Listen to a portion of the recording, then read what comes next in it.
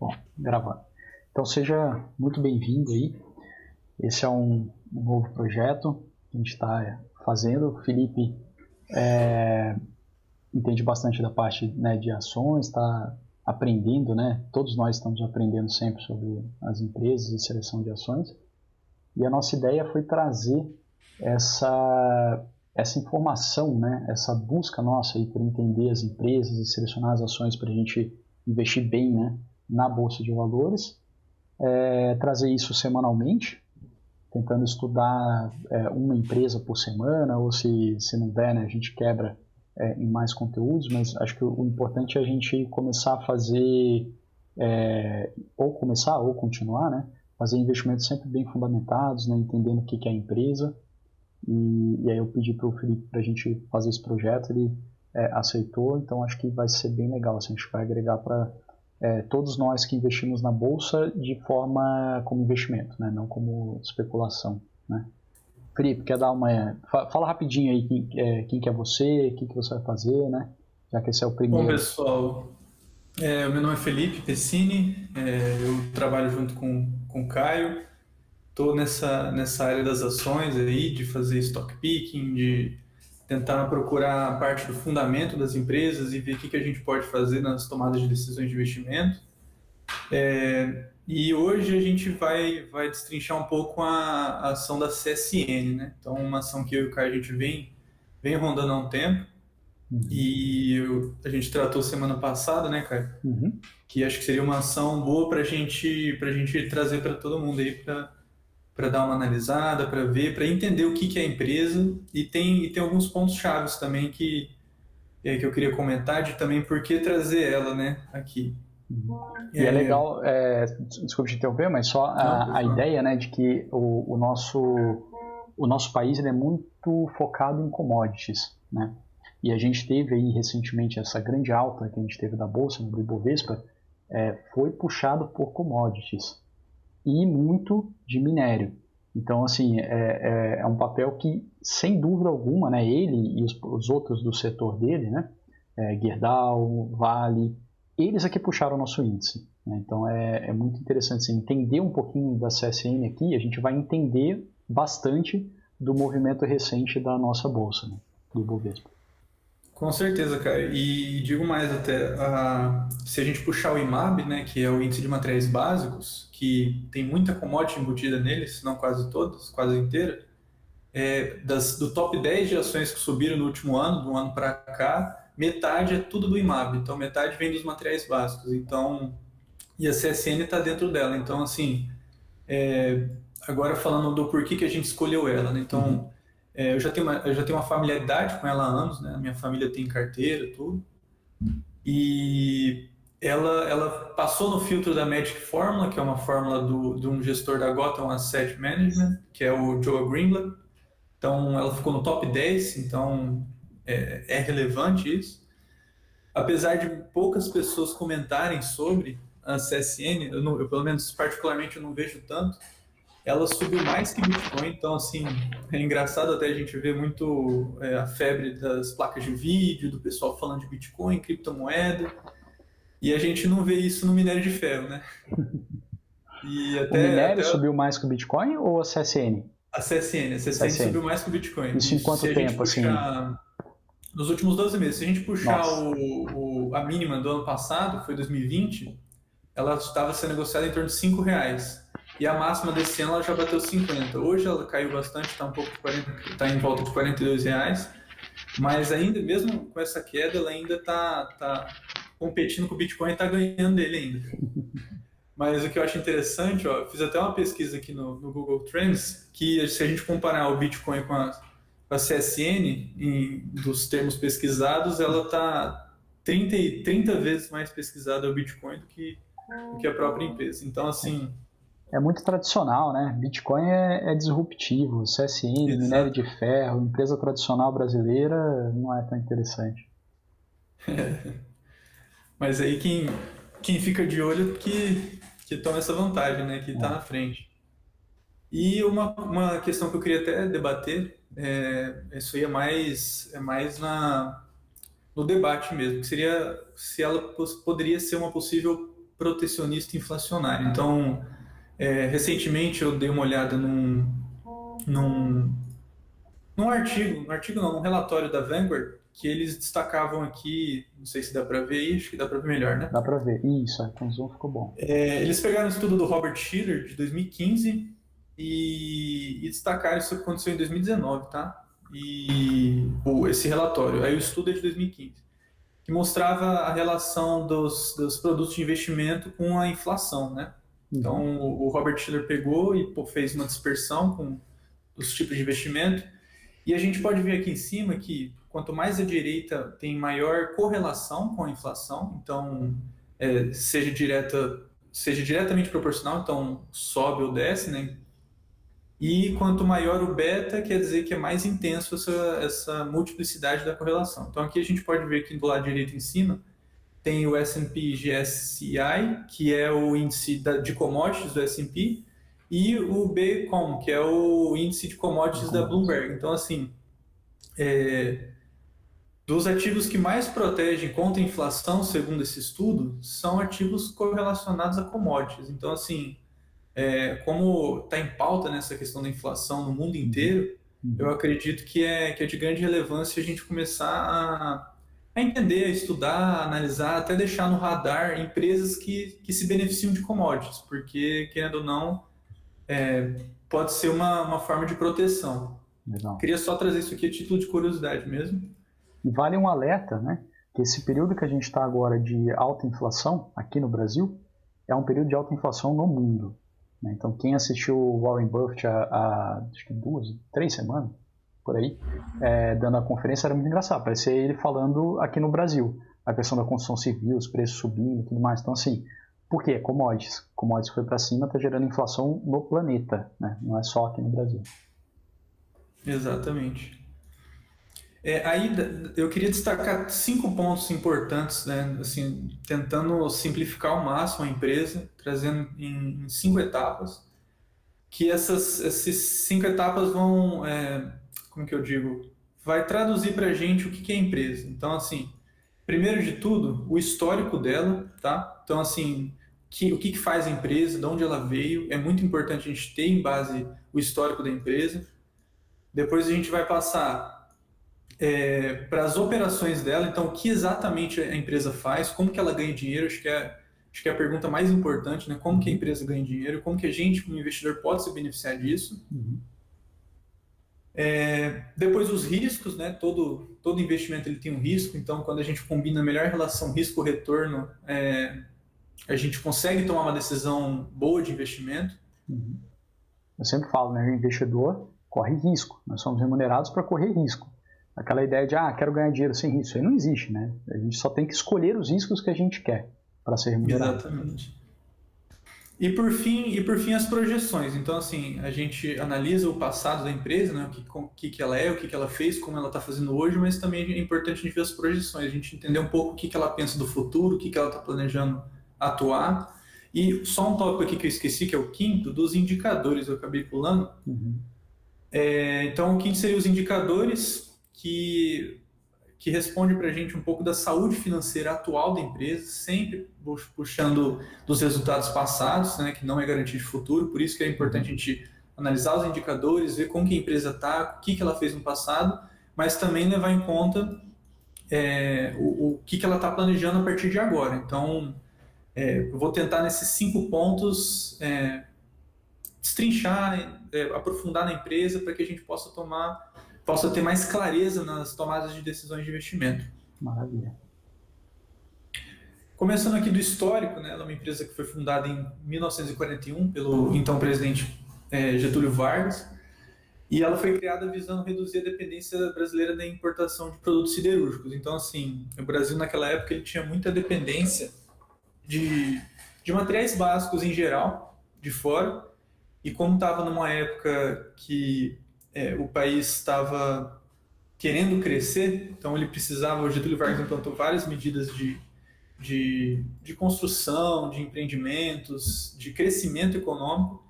Então, para pautar todo esse crescimento econômico, eu tinha que buscar muito recurso de fora. Então, essa fundação da empresa ela veio pautada nisso, né? Uhum. Ela iniciou as operações em 1946, 5 anos depois, e ela produzia principalmente coque e ferro-gusa. Então, a partir da usina Presidente Vargas, que inclusive ela tem operação até hoje, é uma das principais usinas, se não a principal da CSN. Legal. E aqui destacando alguns pontos importantes que mudou o jogo para a empresa. Em 93 ela foi privatizada, então o Brasil vendeu 91% da participação. E durante o governo de Itamar Franco, né, em meio àquelas polêmicas, disputa judicial, tudo que tinha na época, a Uhum. CSN foi privatizada e foi adquirida pelo Benjamin Steinbruch, não sei se é a pronúncia correta do nome dele, mas Eu falo inclusive ele é o Steinbrück, CEO. mas não sei se está Steinbruch. certo. Não sei se está certo. Ele inclusive é o CEO hoje da empresa, está lá desde 2002 como CEO, mas assim, ele tem 28 anos de experiência nesse mercado, então é uma bagagem assim impecável. A empresa em E tá entre os 2018, mais ricos, né, do Brasil. Acho que ele, exatamente. o da Cirela, né, são um conjunto de empresários aí de destaque. Em 2018 a empresa foi vendida para a Steel Dynamics, lá dos Estados Unidos. Isso também por um valor de 400 milhões de dólares. Isso também mudou um pouco a cara da empresa. O CEO permanece o mesmo, que é o Benjamin Steinbrück, que a gente comentou agora. Então assim, essa é um pouco da histórico da CSN, só para a gente entender o que veio do passado dela. Eu acho importante a gente pincelar um pouco o histórico, porque em muitas decisões de investimento a gente tem que entender se a empresa, de quantos anos tem a empresa, porque tem muita empresa que é nova, aí tem uma crise recente, ela não aguenta. Normalmente as novas, quanto mais nova a empresa, mais difícil é para ela superar crises. Aí quando a gente tem uma empresa que já superou a crise de 98, superou a crise, a década de 90 inflacionária, superou 2008, superou 2020. Então a gente vê que é uma empresa que tem uma resiliência muito grande. Acho importante também a gente considerar isso. Essa venda, você sabe se foi totalidade, parcial ou não? Essa venda foi totalidade, foi totalidade.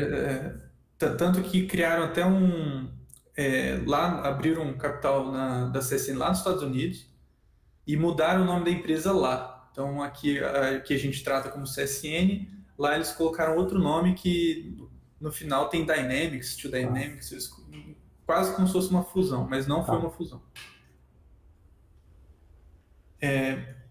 Aí com relação, só uma observação também com relação aqui à CSN. Então assim, basicamente ela é uma empresa, a CSN é uma empresa que fabrica, transforma, comercializa produtos siderúrgicos em geral. E não só produtos siderúrgicos, mas todas as etapas do processo siderúrgico ela também atua. Então, nas operações eu vou destrinchar um pouco mais sobre isso. Então, é uma empresa de característica vertical. Então, assim, para quem não sabe também, a siderurgia ela é um processo que está dentro da metalurgia. Então, a metalurgia é a transformação do metal em geral, de qualquer metal. E a siderurgia ela entra no aço. Então, a partir do momento que você manipula um metal você manipulou o metal, é metalurgia. Você manipulou o aço, vira siderurgia. Então, assim, e todo o processo de siderurgia, ele passa pela mineração, ele passa pelo transporte, pela transformação. E o diferencial da CSN é que ela consegue unir todos esses campos, ela atua em todos esses campos, diminuindo muito o custo dela. Tá. Aqui a gente vai tratar um pouco agora dos indicadores. E E eu destaquei cinco tipos de indicadores fundamentalistas, né? A questão do valuation, né? Então, alguns indicadores que correspondem ao valuation, que nos dão um norte de como está a precificação da empresa, o endividamento dela, a eficiência dela, as margens, a sua rentabilidade, então, com que ela tem, quanto que ela consegue gerar de lucro, receita, o percentual disso, e o crescimento dos últimos anos. Bom, com base no valuation, acho que uma informação importante é o tamanho da empresa. Hoje ela tem valor de mercado de 74 Isso é bilhões. Tá, impressionante, né? Porque vendeu por 400 milhões de dólares. exatamente, O negócio vale exatamente. 74 bi agora. Então, assim, foi por isso que eu destaquei aqui a questão de mudou um pouco o jogo da empresa. Desde Uhum. 2018 ela vem tendo resultados, assim, impressionantes. Então, acho que o dedo da empresa americana com certeza deve ter influenciado. E foi um ótimo investimento, né? Você pagar 400 milhões de dólares para tirar 74 bilhões de reais depois de 2, 3 anos é incrível, né? Incrível. O patrimônio líquido dela está em 14 bilhões, tá? Então, assim, aqui no EV, que é o valor de mercado da empresa, né, o valor da firma em geral, ela inclui também as dívidas dela. E o patrimônio líquido a gente consegue descontar caixa e dívida e você tem um valor líquido de 14 bilhões. O EV sobre EBITDA é aquela métrica que a gente consegue ver em quantos anos a empresa consegue se pagar só com o lucro operacional dela. Então, a CSN está em torno de 5,7 anos. Então, se ela manter essa lucratividade que ela está tendo, esse lucro operacional, em 6 anos ela consegue se pagar, o que é um retorno bem rápido. Com relação ao lucro por ação, então ela está hoje em lucro por ação em torno de R$ 7,49 em relação ao preço da ação dela. Então, a ação hoje está custando em torno de 42 e o lucro por ação dela está em 7. Então, assim, a gente fazendo essa relação tem um ótimo preço-lucro, né? Que aqui entra a relação preço-lucro, que é de 5,47, que a relação preço-lucro ela indica quantos anos que o lucro da empresa consegue pagar, consegue se pagar. Com relação ao endividamento, é um ponto muito importante, porque historicamente, assim, a empresa ela vem se endividando muito. Historicamente, sempre foi o business da empresa se endividar. Então, assim, tomada de crédito é uma coisa que tem que ser bem analisada, taxa de juros, taxa de câmbio, mas mais tarde, quando entrar nos riscos, a gente vai ver bem isso. Então, endividamento é uma coisa que tem que ser vista com muita atenção na CSN. A dívida bruta dela tem em torno de 34 bi, que é muito, muito, muito dinheiro. Contudo, ela fez muito caixa nos últimos anos e ela está em torno de 18 bi só em caixa, disponibilidade líquida. A dívida líquida sobre o patrimônio dela está em torno de 1,11. A dívida líquida sobre o EBIT está em torno de 1,25, que é uma métrica importante também. Então, em um ano e 3 meses, ela consegue pagar, só com lucro operacional, ela consegue pagar a dívida dela, isso é muito interessante. E passivo dela sobre ativos, ela tem mais ativos do que passivos hoje. Isso também é muito bom. Agora, os indicadores de eficiência, ela vem aumentando bem suas margens, mais tarde eu vou explicar, principalmente por conta da mineração. A mineração consegue uma margem maior que a siderurgia, então ela vem aumentando, fazendo investimentos pesados na mineração, isso vem aumentando a margem dela, então ela tem uma margem extremamente saudável, tanto a margem líquida. Excelente, né? 28% margem líquida, isso é muito bom. Assim, do setor, é uma das melhores margens, assim, são até se considerar todos os setores, né? A gente está acostumado a ver uma margem entre 10% a 20%, uma margem ótima, né? Então, quando a gente pega uma margem próxima de 30%, é bem satisfatório. Não é à toa que esses outros indicadores aqui em cima refletem muito isso, né? Então, pouco tempo ela mantendo as operações, ela consegue se pagar dívida. Então, é muito bacana isso. E às vezes parece muita abstração, né? A gente está falando de ação, uma empresa grande e tal, mas isso, né, pega uma empresa aí de bairro, né, de quem estiver aí assistindo a gente, e vai ser difícil conseguir uma margem de 28%. Né? Não, às vezes não consegue. Um posto de gasolina, eu sempre gosto de falar de posto de gasolina. Posto de gasolina deve ter uma margem de 12%, 10%, se for muito bem administrado, né? Sim, e é difícil, no posto de gasolina é difícil você aumentar a sua clientela, né? Fazer qualquer tipo de... Porque com a margem reduzida, normalmente você tenta aumentar as vendas, né? Mas é difícil aumentar as vendas, né? Porque a pessoa vai andar de carro normalmente sempre. Então, aí com relação à rentabilidade, até postei no Instagram esses dias, o EBIT sobre EV, que na minha opinião é uma das poucas métricas que a gente consegue analisar a rentabilidade do resultado da empresa sem precisar olhar para muitas outras coisas, né? Está em torno de 17,5%, que é uma margem altíssima, altíssima, altíssima também.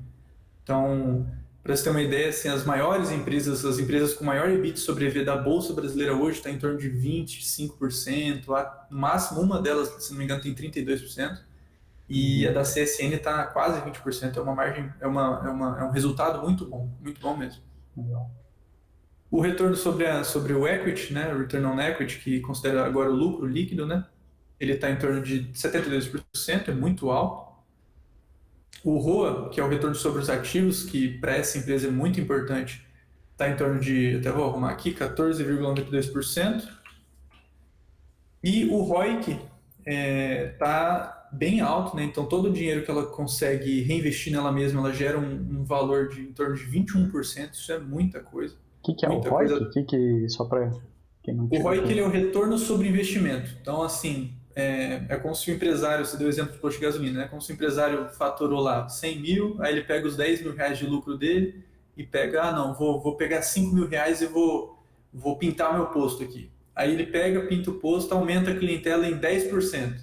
Então, e essa clientela que ele aumentou em 10% gera mais 100 mil para ele, entendeu? Então, com 5 mil reais ele fez gerar mais 100 mil de receita. Uhum. Isso é só um exemplo hipotético, lógico, Uhum. mas nesse caso o retorno dele seria bem alto, né? Então, Uhum. gerando 100 mil a partir de 5 é um retorno de mais de 100%. Então, esse é só, lógico, um exemplo. Uhum.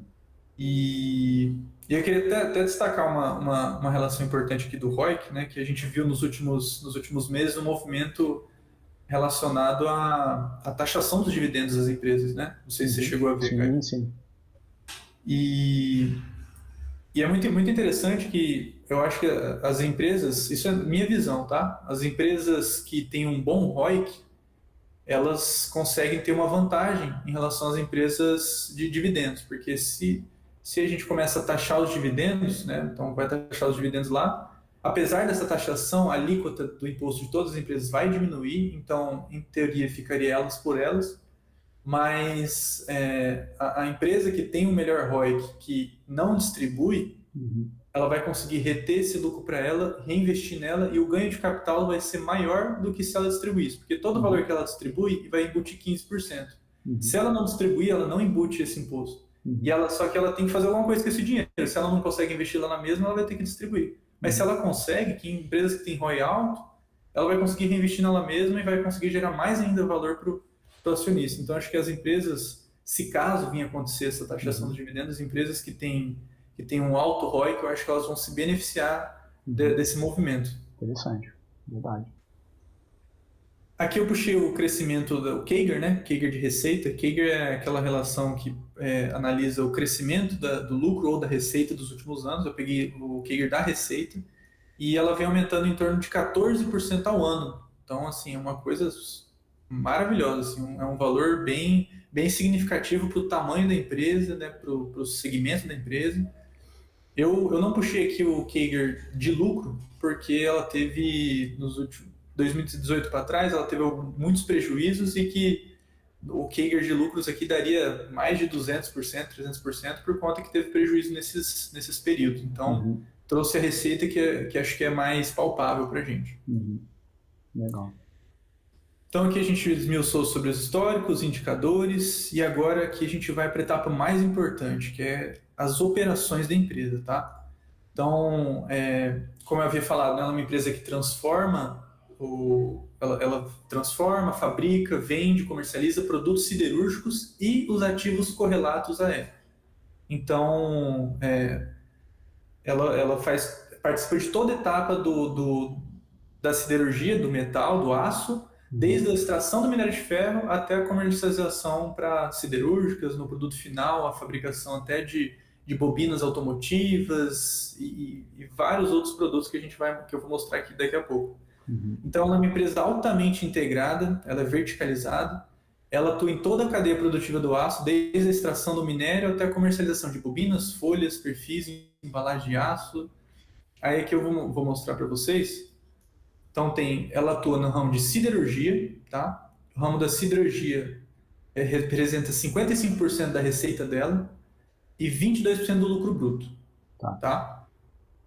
A mineração é o segundo braço dela, que representa 40% da receita, mais ou menos, e 65% do lucro. Repara aqui, a receita da mineração ela é menor do que da siderurgia, contudo, o lucro é maior. Aí volta naquela explicação do Caio com relação ao posto de gasolina, né? A mineração para a CSN ela tem uma margem muito maior, cerca de 3 vezes maior do que a siderurgia. Então, mesmo ela tendo uma receita menor na mineração, o lucro da mineração ela é muito maior que o da siderurgia. puxando o posto de gasolina, dizem que, por exemplo, a gasolina você não consegue muita margem, né? Você vai comprar por aquele preço, vai vender um pouquinho acima. Mas, por exemplo, o óleo, né, troca de óleo, sei lá mais o que, a conveniência, lojinha de conveniência, aí o posto consegue uma margem de lucro muito acima. Né? Então seria como se você pudesse vender muito óleo no posto, né, ou vender muito, movimentar a sua loja de conveniência, e aí apesar de você ser um posto de gasolina, né, e vender gasolina, você consegue uma margem muito grande com as outras coisas, e uma receita também muito grande, e aí a lucratividade fica alta. Né? Então, né, Exatamente. fazendo um paralelo. Eu tive a oportunidade de conversar com alguns empresários do setor que tem bastante posto de combustível em Campo Grande, tudo. E parece que o negócio do posto de gasolina ele tá envolto da necessidade da pessoa de ir ao posto, né? Todo mundo vai ter que abastecer o carro, né? Senão não Uhum, anda. uhum, Mas aí lá, quando a gente se abastece o carro, tem o exemplo que se deu a troca de óleo, tem a padaria, tem a farmácia, tem, é, né, tem outros correlatos dentro do posto que podem aumentar a margem dele. é. Mas é perfeito, exatamente isso que você falou. O... Aí continuando, né? Então, o primeiro braço é a siderurgia, o segundo braço é a mineração, o terceiro braço é o cimento, tá? Representa menos de 3% da receita, mas o cimento, junto com a logística, que é o quarto braço, junto com a energia, que é o quinto braço, as três somadas representam menos de 3% da receita e menos de 13% do lucro bruto. Mas é interessante que esses três braços alternativos, digamos assim, da CSN, porque eles são cruciais para a logística, para os processos da mineração e da siderurgia. Mais para frente eu vou mostrar aqui, etapa por etapa, como cada braço desse está interligado. E essa interligação, essa verticalidade da empresa faz com que ela tenha um custo muito menor. Então é um diferencial competitivo dela. Ela faz de uma maneira que ela consiga diminuir muito os gastos dela, aumentando a margem dela e assim aumentando o lucro e a remuneração para os acionistas. Legal. Bom, da parte de siderurgia, ela tem a produção, né, focando na produção. Os principais mercados atendidos por ela como eu já falei, né, a questão automotiva, a construção civil, as linhas brancas, que são os eletrodomésticos, então todos aqueles. Você compra uma geladeira, CSN tem um dedo ali. Você compra um fogão, mesma coisa. E os bens de capital também. Embalagens metálicas. Aí na Uhum. produção, ela se divide em dois, né? Na siderurgia se divide em dois. São os aços planos e os aços longos, tá? Para a CSN, a gente vai focar bastante nos planos, porque a maior parte da receita dela, do lucro dela, vem dos aços planos. O Aço Longo, ela entrou recentemente, em 2013, quando ela adquiriu uma empresa, uma filial alemã, que está até aqui com esse nome, não vou pronunciar. É uma empresa, uma filial alemã, e Uhum. quando ela comprou essa empresa, ela deu entrada nela, foi um marco para a empresa, ela entrou na produção de aços longos. Com relação ao aço plano, ela tem em torno de 5 usinas, filiais, correlatos, são 5, que é a principal delas, que, como eu já comentei no histórico da empresa, que é a usina Presidente Vargas, que é a UPV, ela fica localizada no Rio de Janeiro, e ela é responsável por 5,2 milhões de toneladas de aços planos por ano. A maior parte da produção de aço vem dessa usina. Então, assim, cerca de 70%, 80% da produção de toda a produção da siderurgia, do braço siderúrgico, vem dessa usina. Então, ela é de extrema importância. E ela só produz, só não, nesse dado que eu falei, ela produz o aço plano, tá? Tá. Ela tem um braço de Portugal também, ela tem uma filial lá em Portugal, que é a Lusocider Aços Planos, que produz cerca de 334 mil toneladas de produtos galvanizados, laminados a frios e decapado. Então, essa empresa ela está lá mais para ajudar o braço alemão, né, a filial alemã, Tá. no processo de galvanização e tudo, mas ela também recebe a parte dos aços planos, tem lá a produção dela e tudo, então é bem relevante também. Você sabe, isso, tipo, aço plano é usado mais em que? Assim, o aço plano versus o aço longo, você sabe? O aço plano está aqui embaixo, ó. O aço Ah, tá. plano ele é utilizado para ele é o principal, ele é utilizado para bobinas, chapas laminadas a frio, que são utilizadas na fabricação de automóveis, de Ah, tubos, legal. fabricação de container, tudo Uhum. que a gente conhece que tem o metal, né, que tem o aço, tá relacionado mais com os aços planos. Os aços Estrutura longos, fotovoltaica, legal. os aços planos, eles são um pouco mais específicos, tem bastante relação também com construção civil, Uhum. mas em geral, o aço plano é o carro-chefe da CSN. Então, desculpa, aço longo é mais o quê? Aço longo ele é mais específico e ele está mais relacionado Construção à civil. construção civil. Tá, Isso. legal. Tem também a CSN de Volta Redonda, que produz folhas de Flandres, que também é outro produto da CSN. Uhum. É em torno de 810 mil toneladas por ano. Tem a filial do Paraná, que são 522 mil toneladas por ano de aço plano. Filial de Porto Real, no Rio de Janeiro, 305 mil toneladas por ano também de aço plano. Mas a gente percebe que a usina Presidente Vargas é disparado assim, a mais relevante para a empresa. É Rio de Janeiro capital? Você sabe? Pelo aqui? Não, não é capital. Eu não sei exatamente a localização, mas é no estado do Rio de Janeiro. Tá. Não sei exatamente Uhum. a localização. Aí, com relação aos produtos, um pouco do que a gente estava falando, mas isso aqui é mais título de curiosidade mesmo. O produto mesmo que ela não vende aço plano, exatamente. O aço plano é o que ela produz, mas o produto final são as bobinas e as chapas laminadas. Então, ela pode ser galvanizada também. Então, assim, se ela não for galvanizada, são as bobinas, né? Então, se laminado a frio, são as chapas laminadas a frio. E os produtos galvanizados é que passam pelo processo de galvanização, aí também ela gera bobina, chapa, aço. E também tem aqui o aço galvanilite, que daí ele passa por um processo diferente, que coloca estanho, cobre também. Mas eu só coloquei esses aqui a título de curiosidade, né? Muita gente tem dúvida às vezes de que é produz, que é produção, o que ela realmente vende, porque eu falei no início que ela comercializa também. Então, o produto final são as bobinas e as chapas. Uhum. Então, Tá. só para ficar mais sintético, claro. né? Uhum. Isso. E aqui é aquela pergunta que você tinha feito com relação ao que ela produz exatamente, né? Tipo, o que com essas bobinas, o que pode gerar, onde que está na sociedade, né? Uhum. Carroceria de automóvel, eletrodoméstico, tambor, motor, tubos e perfis de uso em geral. Tem até a questão do pescado, aerosol, tinta, vários insumos aqui, vários produtos, né? Legal. Aí o que eu queria mostrar até um desenho bem bacana aqui da World Steel Association, que é a principal associação do aço mundial, e ela traz muitos dados, informações, indicadores com relação à produção, ao uso do aço em geral, né? E aqui a gente pode ver, e é muito importante essa informação lá na frente, que é quando a gente entrar na mineração, que o aço, né, ele é 52% do aço produzido no mundo, ele é utilizado na construção e na infraestrutura. É importante a gente ter ciência disso, porque então quer dizer que o braço de siderurgia da CSN ela é todo em volta da construção e mineração, porque a maior parte do mundo gira em torno disso. E dados até da companhia recentes mostra que cerca de 90% da siderurgia que ela produz está relacionado à construção e infraestrutura. Então, a maior parte do que ela produz está relacionada à construção.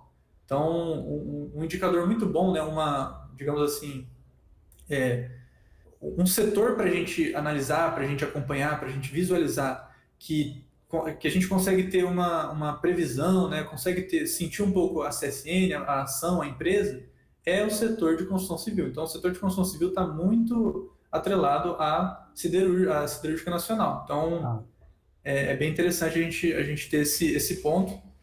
E, enfim, o automotivo, na verdade, 12%, pelo que está aí. Exatamente, isso. Então, os transportes em geral, colocando em gerais, né? Colocando porto, moto, tá 5%. Equipamentos mecânicos, 16%. Isso aqui também relacionado à construção, mas de um modo indireto. É igual você falou, aparelhos eletrodomésticos, 2% é muito pouco mesmo. Equipamentos elétricos. Isso é do geral da siderurgia, né? Na CSN, carro também vai ser tipo, só uns 10%? Então, a empresa ela não trouxe um balanço tão detalhado, mas o dado que ela deu foi que cerca de 90% vem dessa ala aqui, vem da construção e infraestrutura. Então, cabe também a gente entender o que para ela é construção e infraestrutura também, né? Isso aqui é uma definição da World Steel Association, mas, por exemplo, a CSN ela pode embutir equipamentos mecânicos junto com construção de infraestrutura, que realmente está correlacionada, mas é uma métrica dela. Mas, de toda forma, acho que o importante, assim, pensando no macro, né, é a gente correlacionar o sucesso da siderurgia com o sucesso da construção civil. Acho que esse é o ponto mais qualitativo, importante. Né? Qualitativo. Exatamente. Aí eu queria só fazer uma observação aqui com a siderurgia, tá? Que eu vou até criar um comentário aqui. A maior parte, para não falar totalidade, a empresa nem dá dados disso, mas ela fala que é próximo de 100%, da siderurgia é voltada para o mercado brasileiro. Tá? A siderurgia, isso é um ponto muito importante, siderurgia é Brasil. Então, toda vez que você pensar no braço siderúrgico da CSN, você tem que pensar aqui no mercado brasileiro. Então, isso acho que é uma informação importante. Ela não exporta? Exporta, mas é muito pouco. Do mesmo jeito que a siderurgia é quase 100% Brasil, a mineração, que é o que a gente vai entrar agora, é quase 100% China. Ela tem braços na Ásia como um todo, a Ásia é muito forte, mas quase a totalidade vai para a China. Então isso é muito importante também. Então é um percentual menor da receita, mas que é um percentual maior do lucro, que vem da China. Exatamente. Legal. Até vou destacar aqui que é China. Então sempre que a gente pensa em mineração da CSN, que é o segundo braço, a gente tem que pensar na China. Legal. Então, aqui, agora voltando para a mineração, né, aqui são, acho que eu cheguei a mostrar, né, esses dois gráficos, né, comparando a receita e o lucro bruto, né, aqui a gente coloca o que representa da receita da CSN, então o braço siderúrgico, o braço de mineração e os outros 3 braços dela, representando só 3%, e aqui em relação ao lucro, a gente olha como a mineração ela é completamente 2/3 da empresa, então... Tem gente que não gosta de gráfico de pizza, mas é legal, né? Você bate, você vê, é diferente de ver o número, né? Como a mineração no lucro é muito mais importante. E ele diz muita coisa, né, pra gente. Então, se a gente quiser analisar, né, partindo do pressuposto de um analista, ele quer analisar a fundo a CSN, ele tem que partir da mineração, não tem jeito. Então vamos para lá, porque siderurgia é legal, já entendi um pouquinho. Agora, e mineração? A mineração acho que o ponto mais importante da mineração para a CSN foi o consórcio asiático, criado em novembro de 2015. Foi uma negociação entre a empresa e seis empresas gigantes asiáticas para o fornecimento de matéria-prima para as siderúrgicas asiáticas. Engraçado que a CSN ela tem a siderurgia dela, mas o braço de mineração dela abastece muito mais outras siderúrgicas de outros países, no caso o asiático, do que ela mesma. Então, então ela fez uma aliança estratégica com essas empresas, né, asiáticas. Aqui estão os nomes das empresas, para quem quiser, por curiosidade. Então, são 4 empresas japonesas, uma sul-coreana e uma chinesa. E a principal delas é a chinesa, que é a China Steel Corp. E é legal, assim, a gente tem escutado muito isso, né, no nosso trabalho, né, pessoas interessadas em investir na Ásia, né? E o Brasil tem pouco, né, você não tem muito mecanismo de, aqui do Brasil, investir no planeta. Então tá aí uma empresa, né, que está na nossa bolsa que tem uma participação muito grande na Ásia. Legal. É interessante você fazer essa observação, porque é realmente isso. Então, assim, que para quem quer se expor ao mercado, né, eu vi muito na crise, eu vi muito amigo meu até falando assim, puxa, eu queria ter investido na China, tudo. Tá aí uma oportunidade, digamos assim, né? Porque a empresa realmente está quase 2/3 do lucro dela vem da China. Então, é uma empresa bem atrelada a esse Oriente, né? Então, uma parte da produção do minério de ferro da CSN Mineração é vendida para os membros do consórcio por meio de contrato de fornecimento de longo prazo. Se não me engano, o contrato acho que está para 2047, que é muita coisa, né? Mas é sempre por meio de contratos de fornecimento. Então, a maior parcela da receita da mineração provém de exportações, principalmente da China. Aí, eu dividi aqui a mineração em produção e transporte. O transporte, apesar de ele estar relacionado com a logística, é importante a gente destacar ele aqui dentro já da mineração, porque ele tem total correlação com a logística. Então, e talvez é muito mais importante para a própria mineração do que qualquer outro braço da CSN. Só uma pequena pausa, Felipe. Quem estiver assistindo a gente aí, não fica bravo. Mas vamos quebrar em dois? Cobre essa parte aí, transporte e produção e tal, aí vamos parar por aqui, depois a gente faz um segundo tempo de CSN para não ficar muito pesado, né? Tá, fechou. Então a gente para aqui no braço de mineração, a gente começa a falar da mineração. Quer parar agora e aí a gente já vai para o segundo na próxima? Acho que a gente está aí com 40 minutos. Vamos. Ah, tá. Você fala para eu deixar para mineração para depois focar no cimento, logística? Vamos parar por aqui. Vamos fazer esses 40 minutos aí, que já é um tanto denso.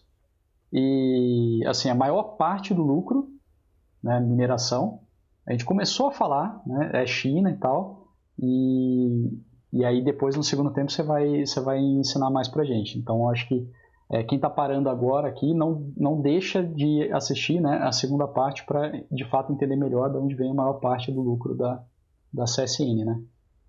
Com certeza. Mas acho que é isso. Essa é a nossa ideia, né, com esse projeto. Estou aprendendo bastante. Eu sou, enfim, estou aprendendo junto com as outras pessoas que vão estar te assistindo aqui. E é isso. Vamos para a segunda parte. Obrigado. Quer falar alguma coisa aí? Não, acho que é isso mesmo. Eu agradeço o pessoal que ficou até aqui, né? Desculpa se ficou muito denso, mas acho que é importante, né? A gente, quando vai tomar decisão de investimento, né? A gente tem que ter o cuidado com o nosso dinheiro, então acho que é importante a gente entender bastante da empresa, de onde a gente está colocando o nosso dinheiro e tentar trazer esse conteúdo cada vez mais aprofundando, né, nas empresas, porque é difícil o investidor, em geral, ter acesso a determinadas informações, ter o tempo, a disponibilidade para quem não está nesse mercado dia a dia, ter esse tempo, disponibilidade para estudar uma empresa, avaliar a fundo ela, ver se é uma opção boa de investimento. Então, acho que o objetivo desse nosso projeto é estar trazendo esse tipo de informação, tentar trazer uma informação aprofundada, detalhada, para que possa ajudar nas decisões de investimentos dos investidores. E ao mesmo tempo mastigada e sintetizada. São duas coisas que têm muito valor. E por mais que, assim, né, você que está assistindo aí, se CSN não está no seu radar agora, ou você não se interessa tanto em investir nela, isso é agora. Né? De repente, daqui a 3 meses, 6 meses, vai estar pensando, pô, CSN, e aí esse material vai estar, né, disponível para assistir. Então, esse tipo de conteúdo acho que é muito valioso, Felipe. Acho que o que você está trazendo para a gente é muito, muito, muito bom. Não, que isso, obrigado. Agradeço você, Caio, por incentivar, por me ensinar tanto também, que eu aprendo horrores com o Caio. Caio que é o cara aqui, eu sou só um aprendiz. O mercado é assim, não tem quem sabe muito, a gente está sempre aprendendo. Ainda mais quando é de empresa, assim, tantas empresas, né, que a gente tem que aprender. Com certeza. Beleza. Valeu, deixa eu parar a gravação aqui. Mas é isso, valeu pessoal.